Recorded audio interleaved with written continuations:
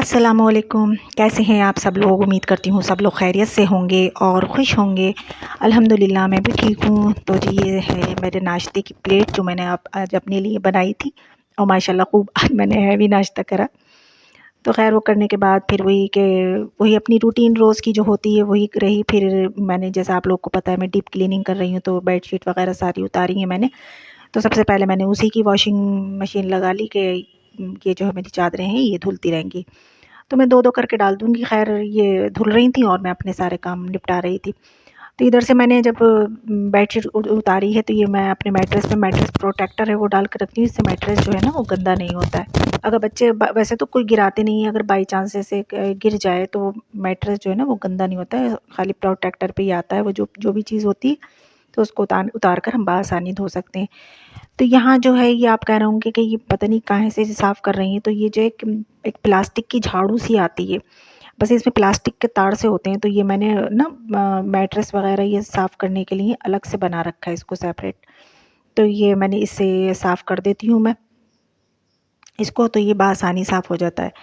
तो वैसे भी रोज़ की अगर डस्टिंग मैं करती हूँ, जैसे बेडशीट वग़ैरह झाड़ना होती है, तो मैं पूरी उतार कर उसको नहीं झाड़ती हूँ फिर, क्योंकि उसको इन करना बहुत ही ना, मतलब इतने भारी-भारी मैट्रेस होते हैं तो बहुत मुश्किल होती है। तो मैं रोज़ इसी जो ये झाड़ू मैंने इसकी प्लास्टिक की बना रखी है, मार्केट में बआसानी मिल जाती हैं ख़ैर। और ये इसको तो कई साल हो गए, मैंने बहुत सस्ती सी मंगाई थी। ख़ैर इसको तो काफ़ी साल हो गए। तो और ख़ाली ये बिस्तर पे काम आती है तो खूब चल रही है।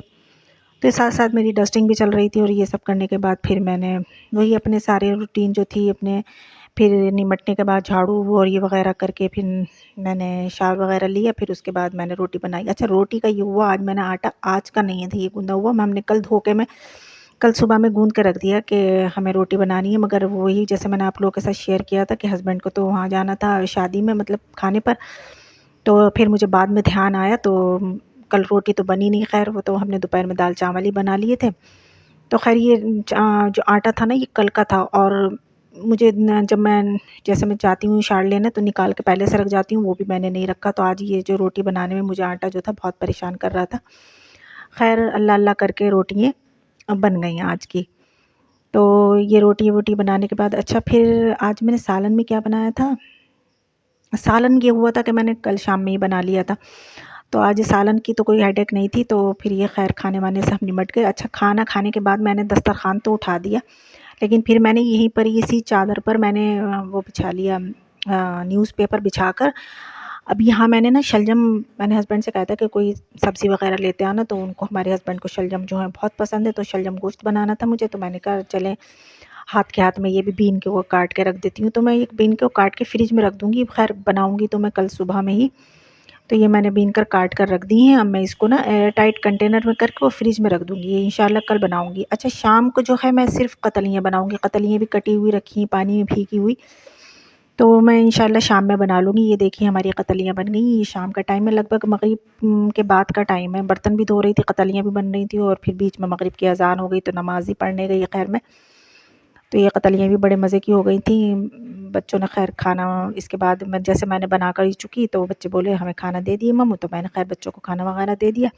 अच्छा, खाना खाने के बाद और बर्तन धोने के बाद फिर आज हमें ये था कि हमें बेटी के ना जो हमने विंटर का उनका यूनिफ़ॉर्म निकाला तो उनकी पैंट काफ़ी छोटी हो गई। तो ख़ैर वो उनका यूनिफ़ॉर्म लेने जाना था मुझे। अच्छा, अकेली गई नहीं वो पापा के साथ, वो बोली मैं आपके साथ ही जाऊँगी। तो मैंने कहा चले कोई बात नहीं, मैं साथ में चलूँगी। तो ख़ैर फिर थोड़ी देर, बस मुश्किल से आधा घंटा लगा होगा हमें मार्केट में। जल्दी से उनका यूनिफ़ॉर्म वग़ैरह दिलाया और बस दिलाकर फिर हम आ गए थे। तो यहाँ जो थी मैं ये बर्तन वग़ैरह वॉश कर रही थी। तो फिर वही कि यहाँ पर अब मेरी बेटी आएँगी तो मुझसे इसी सिलसिले में बात करेंगी आकर कि मम्मू आप चलना मेरे साथ। और अच्छा, बच्चे जो है ना, लड़कियाँ ज़्यादातर कम्फ़र्ट जो होती हैं अपनी माँ के साथ ही होती हैं। वो ख़ैर पापा के साथ भी अपने, लेकिन हाँ ये होता है माशाल्लाह से बड़ी हो रही हैं अब, 10 इयर्स की हो गई है मेरी बेटी। तो जी बस यहीं तक था मेरा ब्लॉग आज, सादा-सूदा सा कुछ नहीं। और अगर आप लोगों को अच्छा लगा है तो प्लीज़ लाइक कर देना, शेयर करना, सब्सक्राइब करना। फिर मिलूँगी नेक्स्ट ब्लॉग में अपनी किचन की डीप क्लीनिंग के साथ इंशाअल्लाह।